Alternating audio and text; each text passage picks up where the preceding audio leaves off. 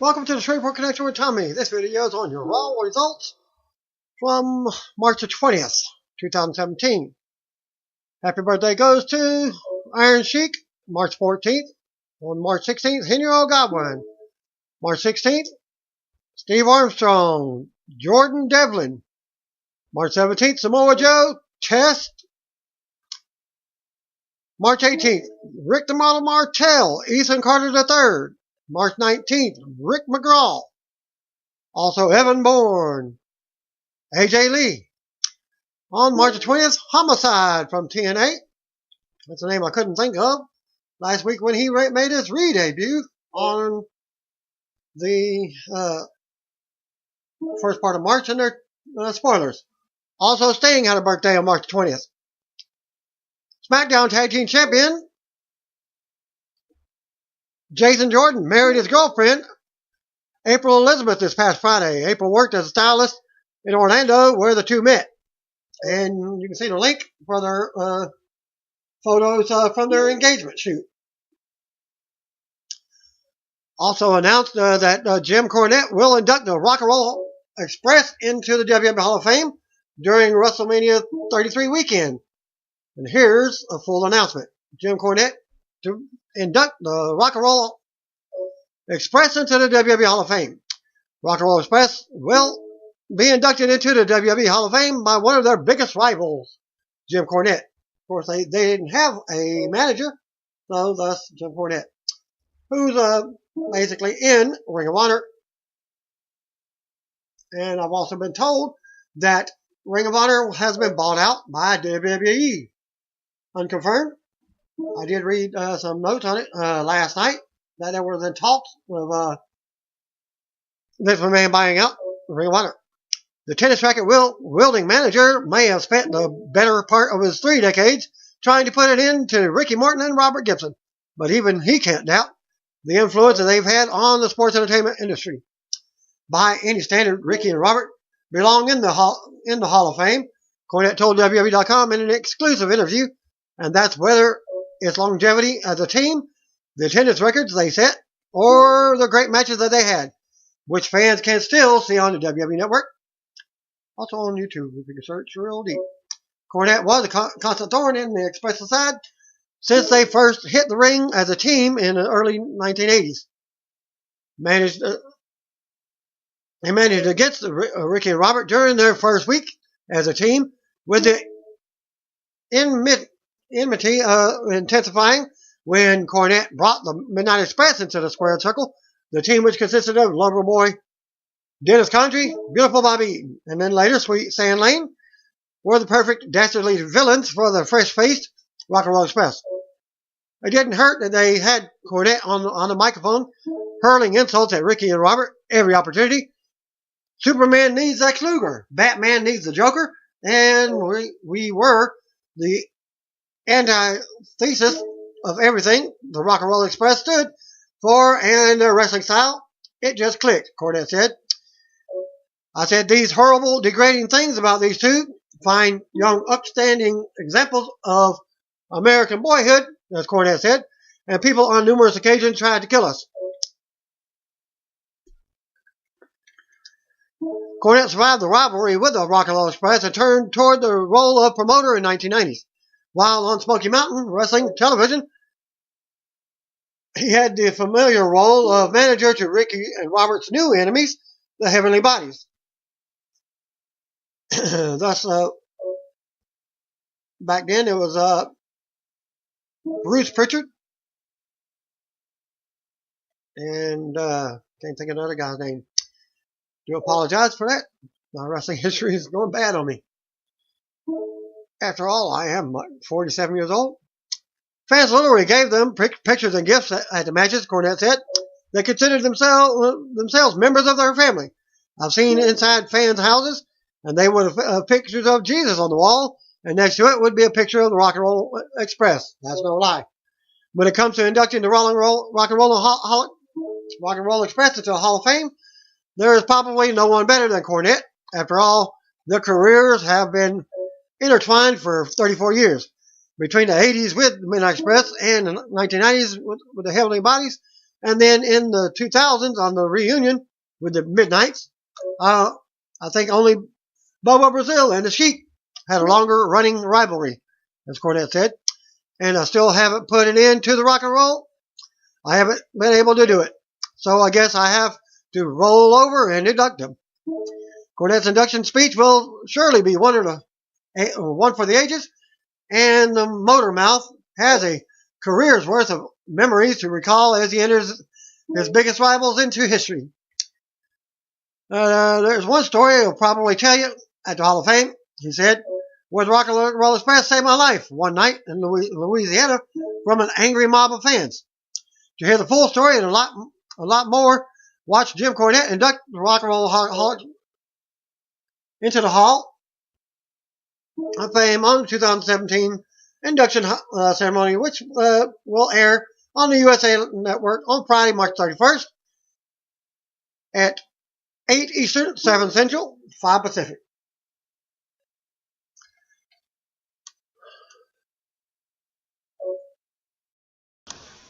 And your spoilers for main event if you haven't seen it. From WrestleView's own Mike Tedesco passed along the live report. Jinder Mahal defeated Curtis Axel. Mike noted it actually taped the ropes purple before the cruiserweight matches. Jack Gallagher and Graham Metalik defeated Noam Dar and Ari Daivari. Raw results. Raw opened up with a look back at last week's main event segment, where live from Brooklyn with Michael Coleslaw, Byron Saxton, and Corey Graves. Going right to the ring, out comes Raw General Manager Mick Foley. Fans chant for Foley. He reads the prepared statement and stands in front of us, a humble man who has been privileged to be our general manager. He thanked Triple H and Stephanie McMahon for giving him the opportunity of a lifetime. One he put in jeopardy last week when he shoved Mr. Sacco into Triple H's mouth. Foley apologized for that, as fans booed. Foley does not want personal issues with Stephanie McMahon to distract from Ultimate Thrill Ride, WrestleMania 33. A no chant broke out from the crowd when it appeared Foley is about to announce his departure. Foley answered that he is taking a leave of absence effective immediately. As fans boo, Foley tears up the index cards and gets a pop. He says Triple H handed him the index cards 10 minutes before going live. He's Mick freaking Foley. The mic starts going out as fans boo. Foley rants until the music hits, and out comes Stephanie. Stephanie hits the ring and rips into Foley. She says this has always been about Foley being right, not the locker room or the fans. Fans start chanting Foley's name. Stephanie says he only cares about himself, not what's best for business. Stephanie says Foley can't even make the big decisions, so she has to do it for him. Stephanie has wanted to say something to Foley for a long time. She has 2 words for him: you're fired. Stephanie is in Foley's face. She tells him to get out of the ring, but a no chant breaks up from the crowd again. Foley says going to the apron to leave, but Sami Zayn's music hit, and out he comes. Sami says what Stephanie is doing to Foley is wrong. Sami says Stephanie has made a lot of wrong decisions, but no one has had the guts to tell her to her face. Alex Riley style. Stephanie knocks Sami and tells him to help his broken down mentor to the back so they can move on with the show. CM Punk chants out from the crowd. Foley heads to the back while Sami watches from the apron. Sami says Foley has shown more class and integrity in 9 months as GM as Stephanie has in her whole life. Sami then says Stephanie should be ashamed of herself. Stephanie mocks Sami and says she wasn't listening to him. She says Sami is talented, but he's not the level of someone who can come out and question her or even speak to her at all. Stephanie tells Sami to get to the back and think about how he's going to make up to her. She mocks Sami again, and as Foley looks up from ringside, Sami looks to leave, but he has second thoughts. The smart thing would be for him to go to the back, but he's out doing the right thing, not the smart thing. The music hits, and out comes Samoa Joe. Stephanie tells Foley to get out once and for all. She puts Sami in a match with Joe that will begin right now. Foley heads up the ramp while Sami leaps from the ring and takes out Joe onto the floor. Sami is fired up as we go to commercial. And the match officially starts after the match. Back from the break, match is underway as Joe works Sammy over in the corner. Sammy fights back, but Joe drops him with an elbow. Joe keeps control, but Sammy comes back again. Joe fights off him and avoids the Blue Thunder Bomb. Joe drops a big elbow for a 2 count. Sammy will strikes in another comeback attempt. Joe catches him in his power slam for a 2 count. More back and forth. Sammy avoids a muscle buster in the corner, but Joe kicks him in the head, sending Sammy to the floor. Joe runs the ropes and nails him. Nails a dive. Joe talks some trash as we get a replay. Joe keeps control as we go to commercial. Back from the break, Joe's in control. He takes it to the floor and leaves Sammy laying as the referee counts. Sammy makes it back in the ring just before the 10 count. Sammy manages to get a clothesline. He makes it come back and hits a crossbody for a 2 count. Sammy runs a dive to the floor, but Joe pulls him out of the ring. Sammy ends up sending Joe into the ring post. And Sammy goes for the big DDT through the corner ropes, and he hits it. They come back in the ring, but Joe blocks a haluva kick and slams Sammy to the mat. Joe then applies a coquina clutch and drops Sammy to the mat for the win. After the match, we get replays as Joe makes his exit. We get a video package of Roman Reigns versus Braun Strowman. Also tonight, a special look at Goldberg versus Lesnar and an injury update on Seth Rollins. We go to commercial. Sammy is backstage with Foley. Foley admits that what Sammy did for him was dumb and he thanks him. Sammy can't believe Foley is leaving Raw. Sammy says they need Foley to stand up for them. Foley says what he did, what he couldn't, but it ended up to stand up now. They exchange more words before Foley walks off. He stops at Cesaro and Sheamus next. They thank him for giving them a chance. Foley praises them and walks off, stopping to say goodbye to some of the cruiserweights. Foley sees Raw Women's Champion Bayley next, and they share a hug until Triple H appears. Triple H just tells Foley to have a nice day before walking off. Foley leaves the arena. We get a look back at Seth Rollins returning last week and the beatdown from Triple H. We see a video of Rollins in Alabama after an attack for rehab as he's focused on making it to WrestleMania. Dr. Kevin Wilk from Champion Sports Medicine joins the announcers to give us an update. He says Rollins re-aggravated the knee last week, and what saved him from a major problem was the knee brace he was wearing. The doc says Rollins is doing well in rehab, better than expected. Coleslaw asks if Rollins will be at WrestleMania. The doc says Rollins is doing miraculously well, but he never said Rollins would be ready for WrestleMania. The doc says it will take several months before Rollins is able to compete after what happened last week. He says no doctor in the country would clear Rollins, but Rollins is determined. He says their fear is that if Rollins goes to WrestleMania, they will see him at their office the next day. So to come second, Coleslaw will interview Triple H. Next up, we got Charlotte Flair versus Dana Brooke. We go to the ring out first, comes Charlotte. Back to commercial. Back from the break, we got Dana Brooke. We got a replay of Dana Brooke turning on Charlotte last week. The bell rings and they lock up. Dana slams Charlotte on her face. Dana takes it to the corner and unloads with shoulders. Dana keeps control and sends Charlotte to the floor for a breather. Charlotte comes back in with a shoulder to the gut.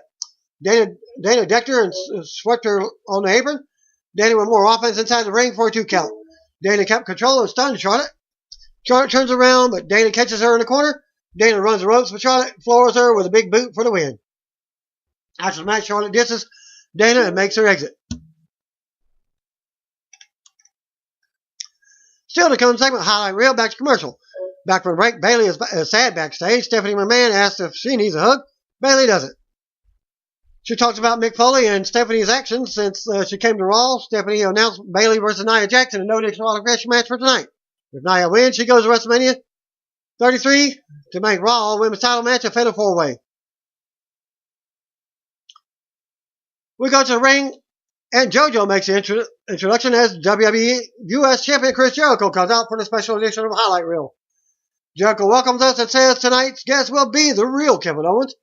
Jericho disses Owens and says he doesn't need Owens to be his best friend because he's got a lot of friends. Right here in Brooklyn tonight, he's got the Friends of Jericho to cheer him on. Fan chant Y2J. Jericho says Owens considers himself to be a prize fighter, but he's not the real Kevin Owens. Jericho shows us a photo of a 16-year-old Owens posing in a Y2J t-shirt. Jericho knocks the young Owens and says he didn't look like a prize fighter. He looked like a fan of Jericho. He was marking out Man. Jericho then shows us a Twitter conversation between he and Owens when Owens reached out to him for advice in 2014. Jericho goes on and brings up their match at WrestleMania 33. Jericho says when his music hits and he walks down the aisle, it's going to transport Owens back to when he was a 16-year-old nerd in his basement with a Y2J t-shirt on. Jericho then said Owens will realize what he's gotten himself into and who he's facing, his idol. Jericho then goes on and calls Owens a stupid idiot, which causes a chant to break up from the crowd. Stupid idiot. Jericho goes on and adds Owens to the list again. As he's doing a little thing, he's waiting for the crowd to do it. You've just been added to the list.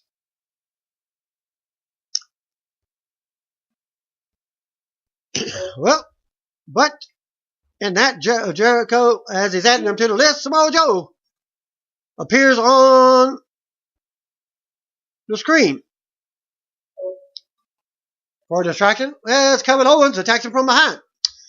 Owens unloads on Jericho and beats him around the ring. Owens then nails a pop-up powerbomb. A stupid idiot chant breaks out from the crowd again. As Owens picks up the list, Owens rips up the papers and lets the pieces fall over Jericho. Owens stands tall and poses over Jericho with a WrestleMania banner in the background as fans boo as Owens hits to the back. So comes the segment. Triple H will respond to Rollins' injury update. Also, Reigns vs. Strowman in the main event. Coleslaw leads us to another video package on Reigns and Braun. Back from the break, we see what just happened to Jericho. Highlights. T.J. Perkins versus Brian Kendrick is up next. We go to the ring. Out comes T.J. Perkins. Brian Kendrick was out next. They meet in the middle of the ring for a handshake, but Kendrick dissed Perkins. The bell rings and Perkins goes right to work. Kendrick then gets up to the floor.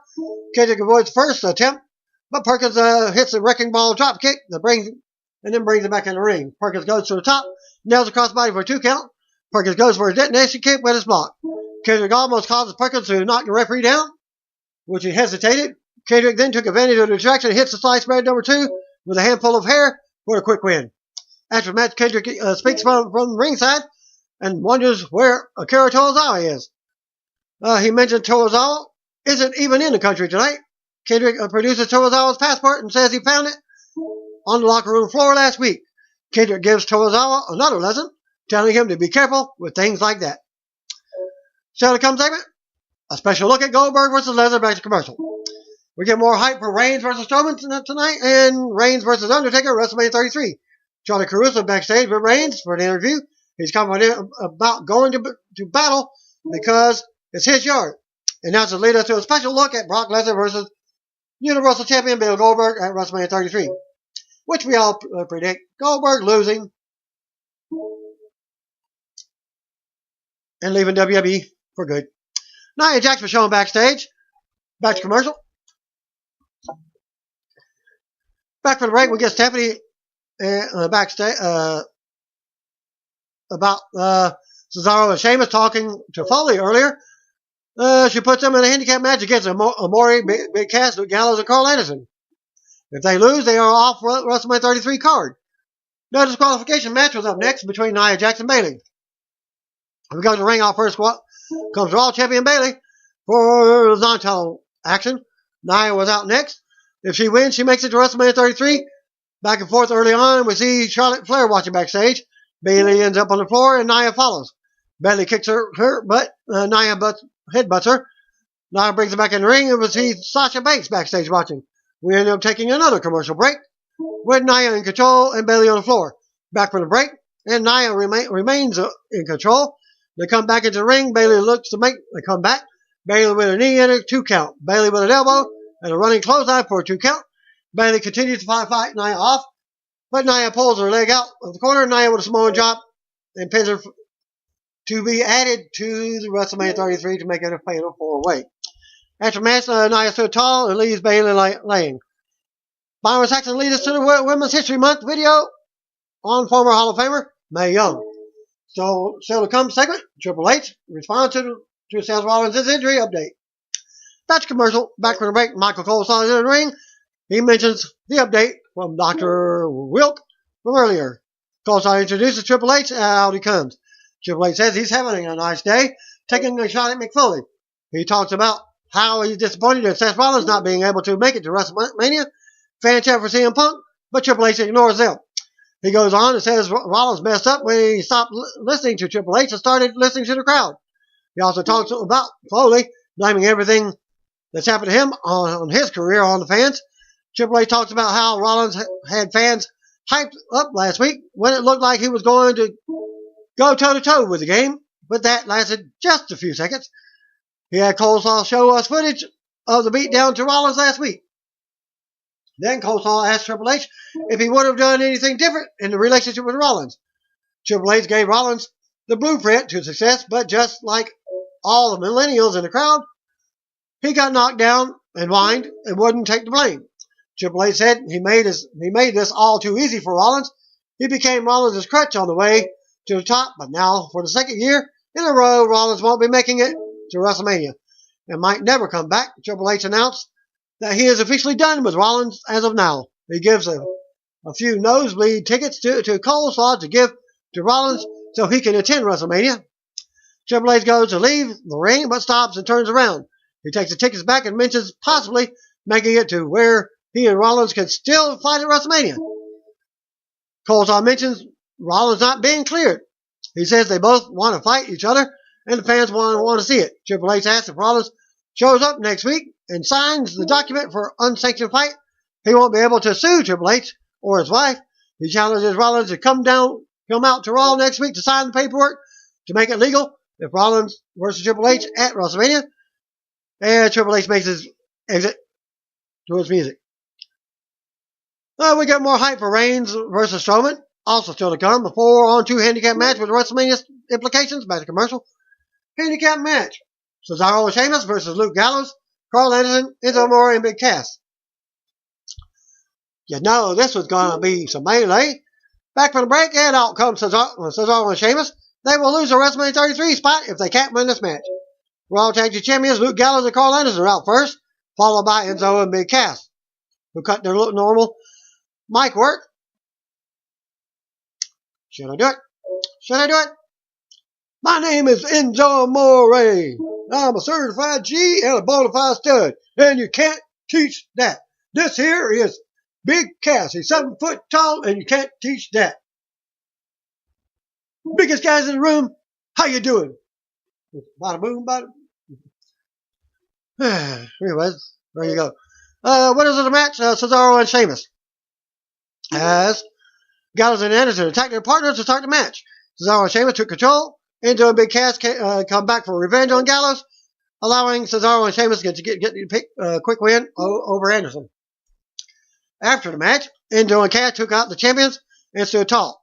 We go backstage to the New Day, who will be hosting WrestleMania 33.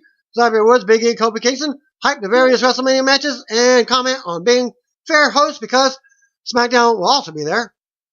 Austin Aries, AEW versus Tony Nese. I'm going to ring. Out comes AEW. Back to commercial. Back from the break, Aries finishes his entrance as the announcers discuss his WrestleMania 33 title shot. Tony Nese was out next. Nese strikes early on and goes to work. Nese with offense until Aries cuts him off. Nese dodged a move in the corner and turned it back around for a 2 count. Nese beat Aries around and kept control. Aries dumped Nese over the top rope to the floor. Aries then ran and nailed a dive, taking Nese out on the floor, and we got cut to a commercial. Back from the break, Nese has Aries in a torture rack in the middle of the ring. Aries with a roll up for a 2 count. Nese floors Aries with an elbow and then goes to the floor to show off. Nese goes for the springboard moonsault from the second rope, but Aries moves out of the way. Nese goes right back to work, but Aries drops him over the top rope with a neck breaker. Aries comes back in to make his comeback. Aries with a face buster and an STO. Aries with a pendulum elbow. Aries then nails a rolling senton and goes up top. Hits a missile drop kick. Aries with a running right into the corner with a big discus forearm for the win. After the match, Aries stood tall as we got replays. Power goes out. And Neville comes out, your cruiserweight champion. Aries wondered why Neville is out because they didn't have an interview scheduled. Neville speaks from the stage and says this isn't an interview. He could come to the ring and take out Aries right now, like he has done to other cruiserweights. Neville goes on about how he beat Aries at WrestleMania 33. or will beat Aries at WrestleMania 33. Aries said that was the worst interview segment he's ever done. He hears the words coming out of Aries' mouth, but what he sees in something different. A man who knows he has to step into the ring with another man that's above his level. Aries advises Neville to tell everyone who will listen how he's the king of the cruiserweights for the next 13 days, because when Aries takes the title at WrestleMania, Neville's whole facade will be over. So to come segment, more on Lesnar versus Goldberg. We get another victory for Emma's return, not Emmalina. Back from the break, and we get the second part of the special look at Lesnar versus Goldberg. Both superstars will be on next week's Raw from Philadelphia. Carly Caruso backstage with Braun Strowman. He's not going out to face Roman Reigns, is going to destroy him. And if The Undertaker wants Reigns at WrestleMania, he needs to bring a shovel to scoop Reigns off the mat tonight. Matches up next. We go to ring. Out comes Roman Reigns for tonight's main event. Back to commercial. They go at the start. Reigns goes early for a drive-by on the floor, but Braun knocks him out of midair. Reigns falls to the apron. Braun brings him back in the ring and hits a spine buster for a 2 count. Braun takes control, works Reigns around the ring. Braun keeps Reigns grounded. We get dueling chants for Reigns now, very similar to Cena. Reigns finally looks to make a comeback. He unloads with right hands. Reigns scoots Braun for a Samoan drop, but can't get him up. Braun then floors Reigns with a clothesline. Fan chant, "We want Taker now." Braun with a big shot to the ribs and a running attack in the corner. Braun then whips Reigns into the opposite corner, but misses a shoulder tackle and hits the ring post. Reigns unloads in the corner. He runs the ropes, but Braun grabs his throat, ready for a choke slam. But Reigns counters and stuns Braun with a right hand. Reigns then picks up Braun for a Samoan drop and nails it for a 2 count. Reigns with a drop by on the floor. Braun stumbles around the ringside area. Reigns walks over, but Braun launches him into the steel steps. Braun then tosses half the steps into the ring. Braun brings Reigns back in and follows up. Braun picks up the steel steps, but Reigns stops him with a Superman punch. Braun goes down to one knee. Reigns goes for another Superman punch, but Braun catches him. Reigns counters, and Braun runs into a big boot. Reigns finally connects with a Superman punch again, and Braun goes down. Fans boo as Reigns readies for a spear. Undertaker's gong hits, and crowd pops. Lights go out, and the gong hits again. Lights come on, and the dead man is in the ring staring at Reigns. Braun is also still behind the Undertaker in the corner. Taker turns around and looks at Braun, then back at Reigns. Fans chant for Taker. Braun comes at Taker, but Taker turns around and choke slams him. Taker turns around to a spear from Reigns as the fans boo. Reigns stands tall over Taker as his music hits. We can see the WrestleMania 33 banner hanging high as Reigns makes his exit while Taker recovers on the mat. Reigns turns around on the stage and looks back at the ring as Taker sits straight up to a pop. Taker gets to his feet and cuts his own throat for another pop. Reigns stares at Taker and the lights go back down, and Taker's music hits. Brawl goes off the air with the two staring each other down. And that concludes my video, Raw video for March 20th. Thanks again. Peace out. See you on the video. If you don't know, just call me, brothers and sisters.